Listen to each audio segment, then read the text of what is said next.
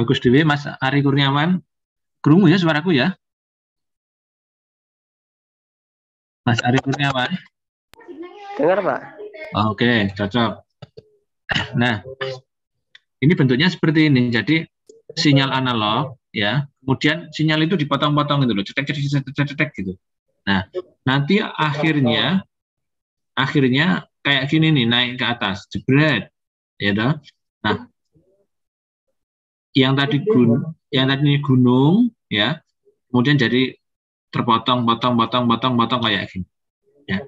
Nah, kalau sinyalnya lurus terus dipotong-potong, berarti nanti kuantisasinya adalah ya hanya lurus tok, seret kayak gitu. Ya, oke.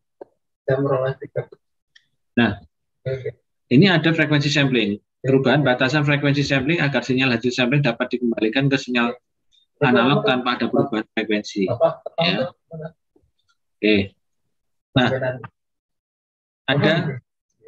ada kriteria Nyquist, ya, kriteria Nyquist yang kemarin kita sudah sebutkan bahwa frekuensi sampling itu minimal 2 kali frekuensi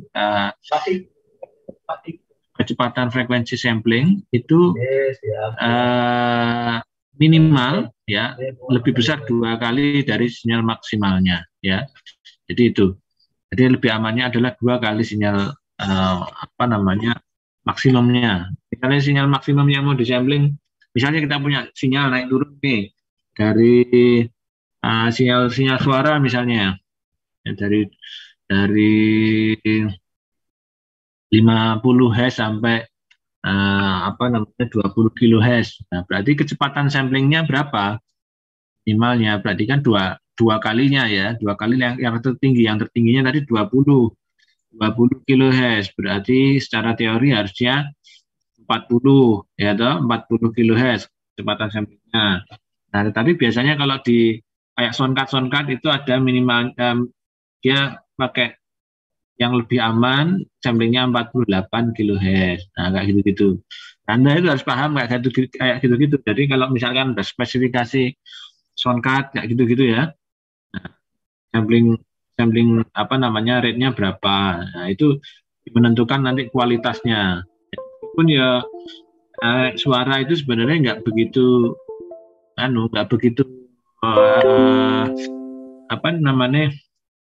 sensitif ya. Kalau manusia itu misalnya kita dengarkan suara yang kayak VCD, kemudian yang digital itu apa laser disc gitu zaman dulu ya. Nah itu kalau kita dengarkan itu sebenarnya kan digital. Tapi kalau kita dengarkan itu ya seolah-olah kayak kayak analog gitu ya. Karena telinga kita uh, di atas sampling rate yang tadi saya sebutkan itu sudah tidak mampu membedakan gitu. Termasuk mata kita.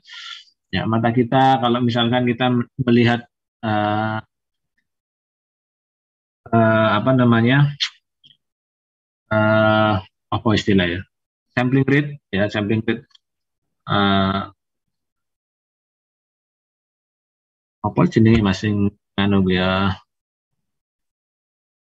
gambar per second itu frame per second ya frame fs frame per second fps nah ya frame per second. Nah kalau kita lihat misalnya dulu zaman bioskop layar tancap itu kan uh, di roll film itu ya roll film digulung terus kemudian disorot ya itu kan itu kan prinsipnya kayak gitu.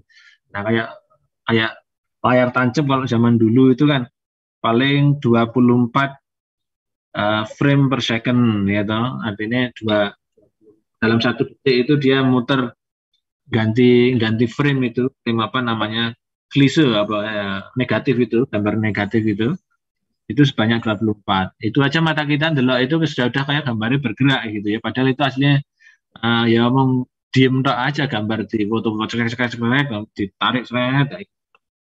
Atau yang paling gampang gampang itu bayangin sampling itu kayak kita mainan kertas itu loh. Ya toh? Mainan kertas.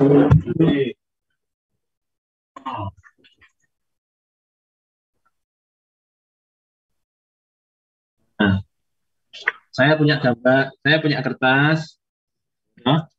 Terus nanti tak kasih gambar di sini gambar, nah diginiin kan loh, nah kayak gitu. Terus digambari orang orang lari misalnya dari ini ke sini, nah itu nanti seolah-olah itu kayak kayak apa namanya, kayak gambarnya itu bergerak gitu, kayak gitu. Salah satu contoh sederhana ya, yang apa frame per second. Nah kalau yang suara ya hampir mirip.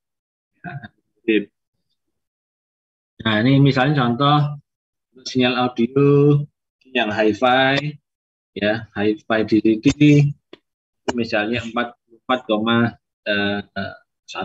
S ya, untuk speed audionya cukup 8 kilo. Ini kan berarti berapa kali lipatnya sudah itu. Kemudian nah ini ada beberapa kasus, misalnya saya punya gambar gelombang kayak gini ya, ini gelombangnya bukan gelombang suara ya, bukan gelombang suara, biasanya bukan suara manusia gitu maksudnya. Kalau suara manusia ciri khasnya ya nggak mungkin amplitudenya sama, frekuensinya juga berubah. Kalau misalnya ajak itu bisa dipastikan itu bukan suara manusia. Ini gampang nggak gitu ya? Ya mungkin meskipun bukan yang apa yang amplitudenya atau frekuensinya itu berubah-ubah itu mesti manusia, nah, tapi kita bisa pastikan kalau Proto Z itu mesti bukan suara manusia. Nah ini contoh ya, saya punya sinyal analog 3 cos 200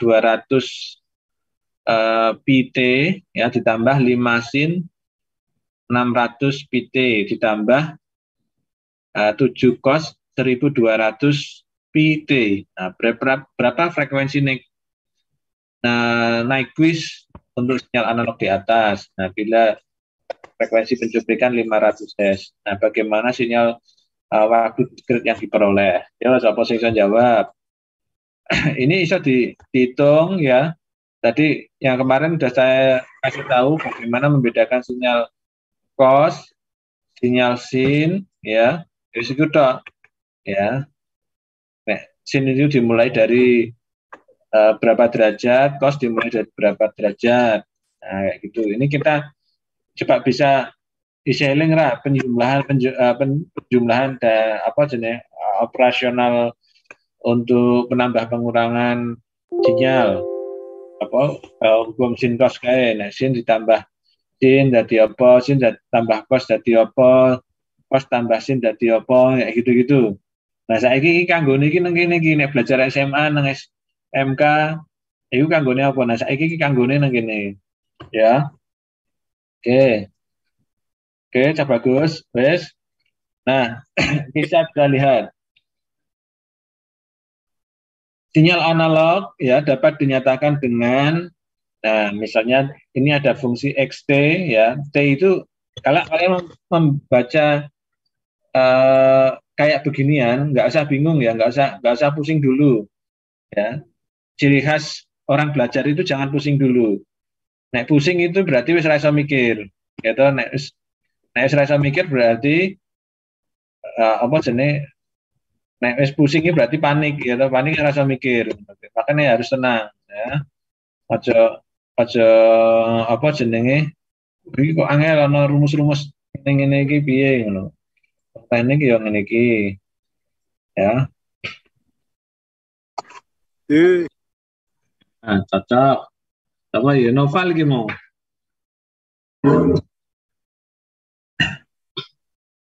Ini ya. Frekuensi maksimum untuk sinyal analog di atas adalah 600. Nah, gampang tuh macamnya. Jadi 2pi tadi coba delok. Aduh. Ewe. Nah,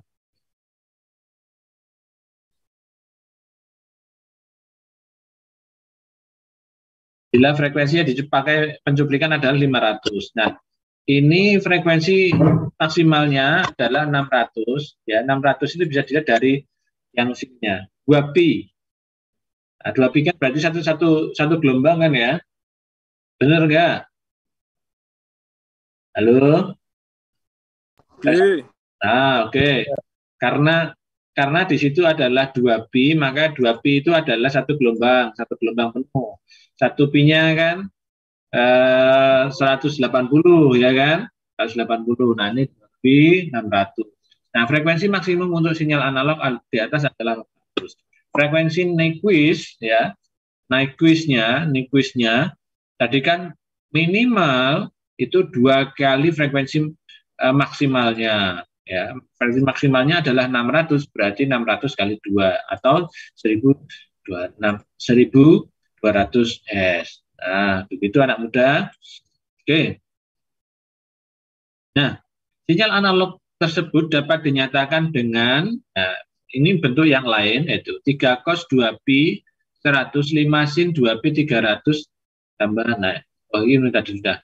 Bila dipakai frekuensi pencuplikan 500 ya, maka sinyal waktu diskrit yang diperoleh adalah Xn Ft ya sama dengan Xf per Fs, mana Xn ya 3 cos 2pi ya 100 tinggal dibagi-bagi gitu ya.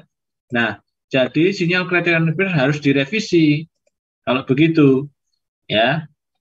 Jadi yang tadinya 6 dibagi 5 600 dibagi 500 atau bisa dituliskan 6 per 5 ya, 6 per 5, maka berarti tidak memenuhi kriteria yang tadi karena kita menggunakan frekuensi pencuplikannya adalah 500. Jadi hasil akhirnya adalah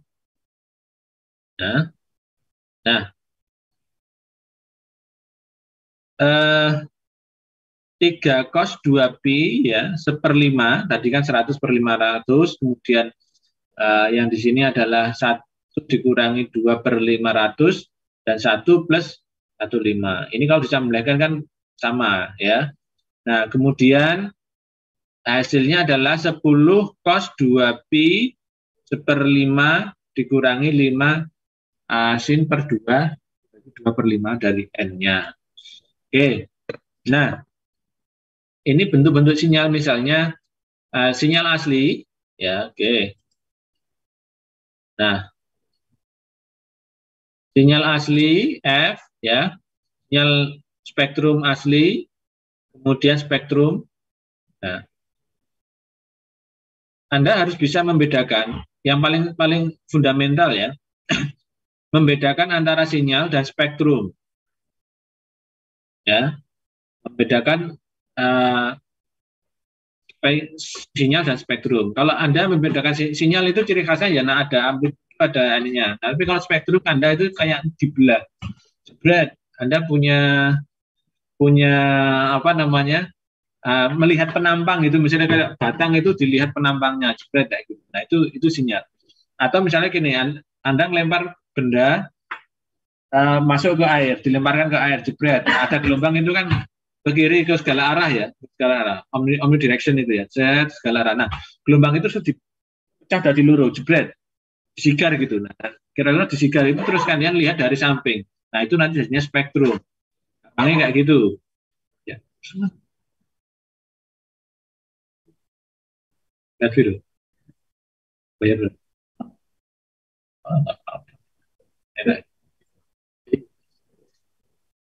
Siapa? Ya. Nah, itu ya. Jadi spektrum itu kayak gitu. Bisa dibayangkan? Jadi kalau misalkan saya ngelempar sesuatu ya ke air ya, kemudian menimbulkan riak-riak gitu, bulat-bulat ya, besar. Kemudian kalau itu dipotong, jebret, nah itu adalah spektrum. Oke. Filter anti-aliasing ini adalah kesalahan pemilihan frekuensi sampling jarang terjadi.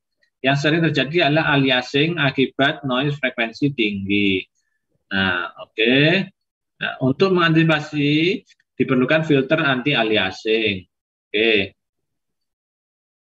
Filter analog tipe low pass ya.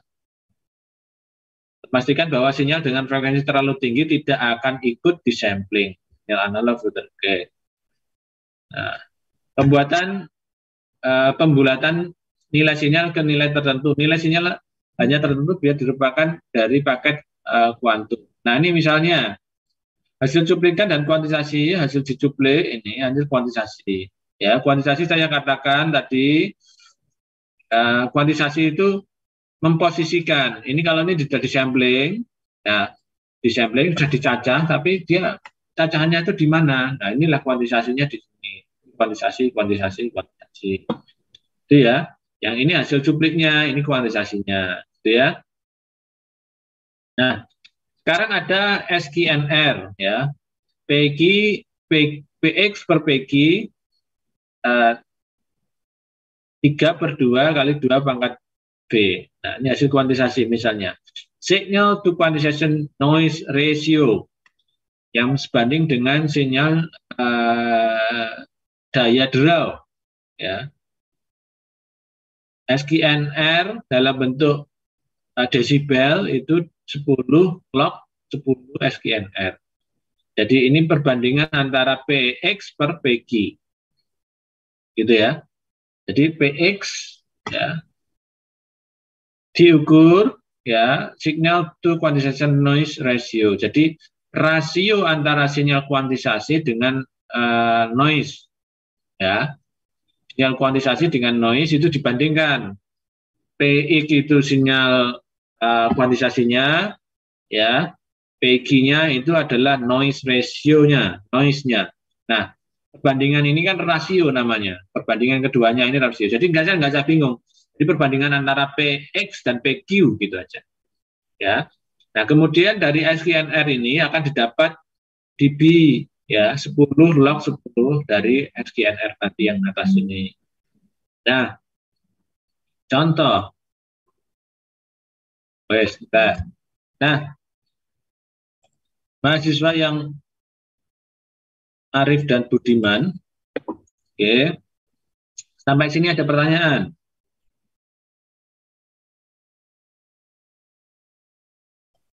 Oke, nggak ada pertanyaan berarti aman. Nah, saya lanjutkan ya untuk yang MATLAB. Nah, MATLAB bahan sinyal digital. Sinyal elementer kemarin sudah ya.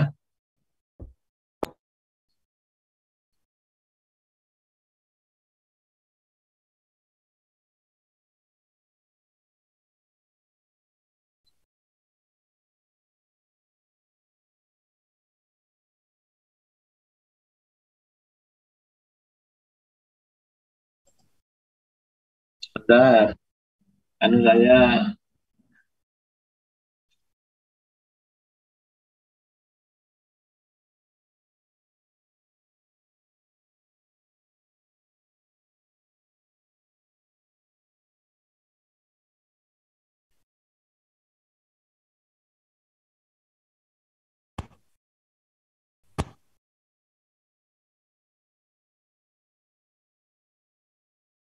sebentar ya, nunggu apa jenis MATLAB saya masih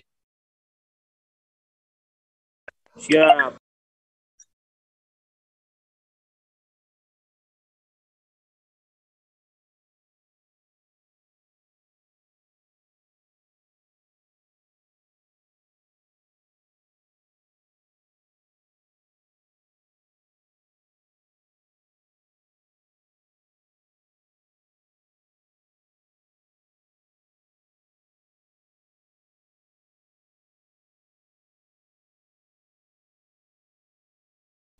Nah, ini sudah ya. Kita coba MATLAB. Nah, nah,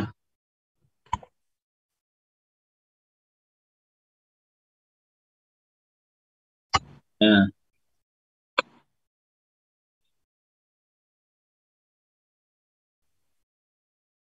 Bisa dilihat ya ini ya. Kemudian saya run.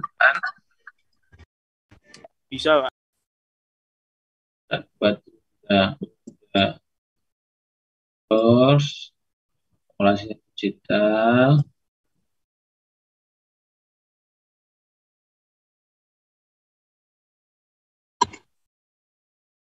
praktik 2.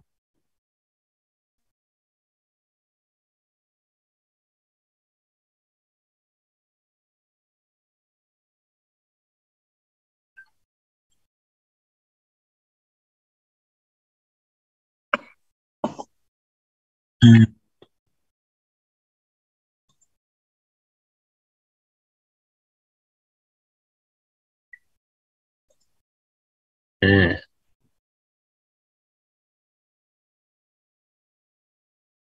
kalau saya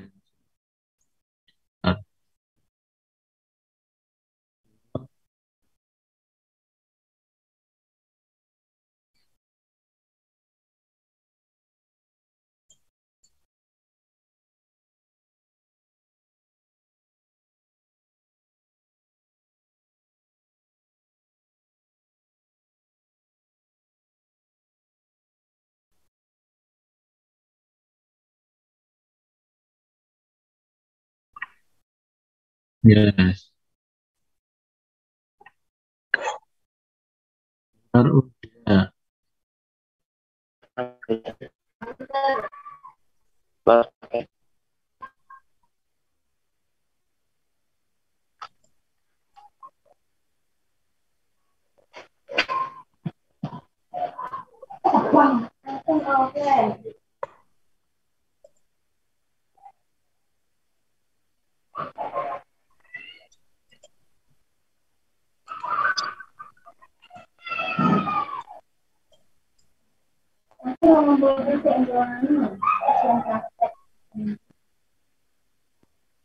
Apa?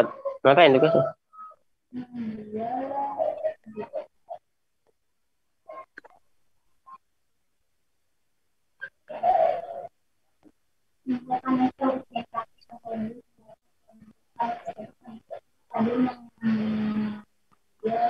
Oke, 10 ya, 10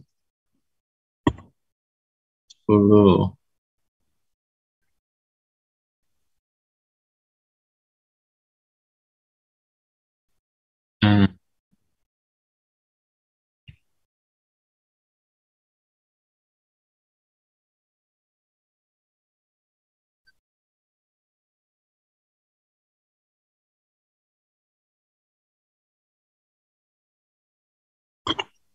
Nah,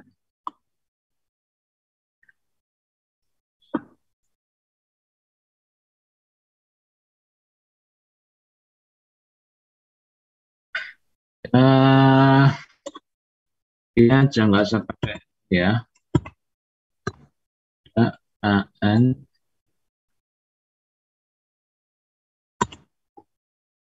10. Oh, sorry.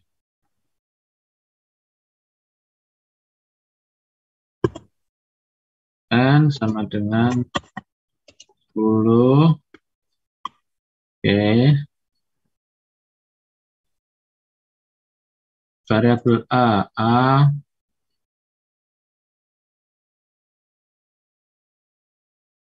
sama dengan 0.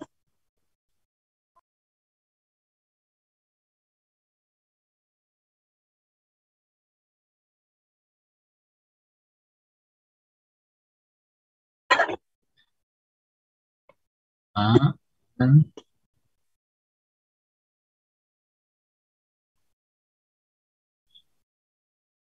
parenthesis.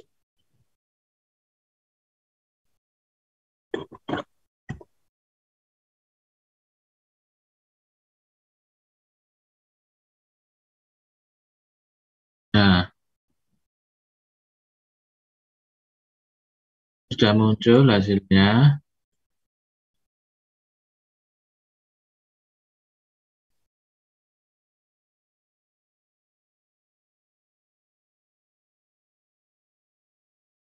Sudah muncul hasilnya, tapi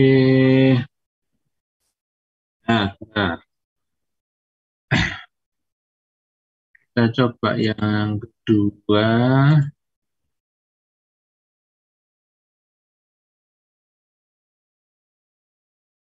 Tuh.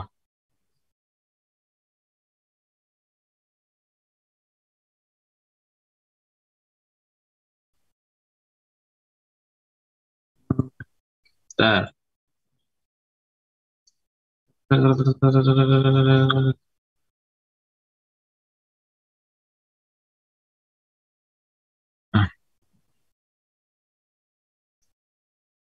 misalnya enggak 110.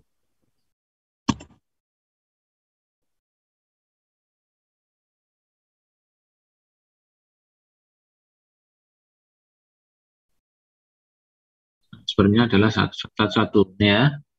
Misalnya Honda 1,2. 1,20.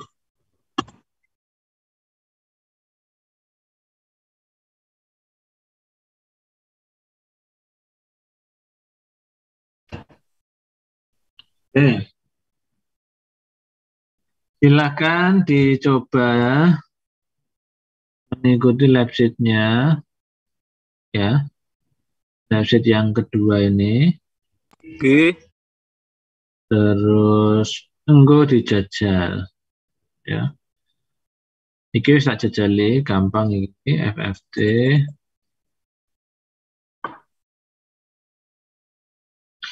Sudah tak bagikan belum ya? Yang mana, Pak? Yang lab sheet 2. Tak kirim nang gone Mas Halal lagi ya.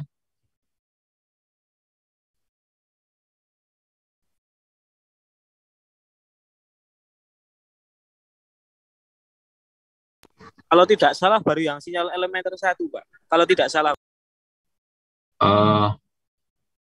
Sinyal elementer 1. Sinyal elementer dok toh. Ya. Nah, ini yang ini tak berikan. Berat. Yes. Oke. Ada yang mau ikut saya penelitian robot nggak?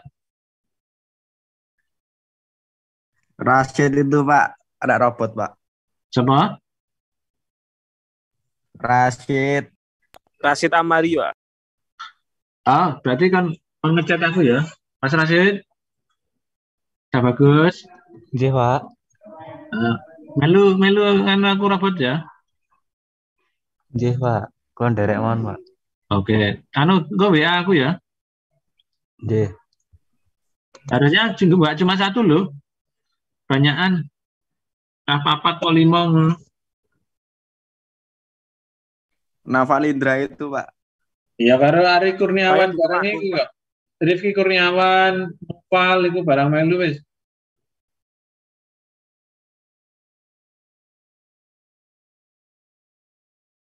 Chat saya ya.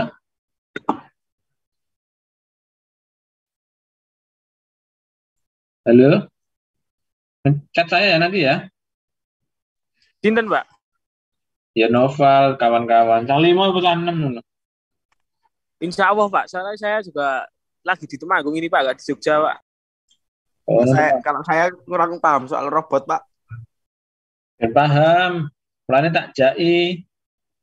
Nek wis iso ngono mah rasa tak ja. Ya, tak tunggu sih. Yang tak kirim ke ya dijajal bae wis. Ngono gampang ya praktek kari jajal-jajal tok. Oke, Pak. Oke. Itu ya. Saya akhirnya assalamualaikum warahmatullahi wabarakatuh. Selamat pagi. Waalaikumsalam warahmatullahi wabarakatuh. Waalaikumsalam warahmatullahi Terima kasih, Pak. Terima kasih Pak. Hurrah! Novel.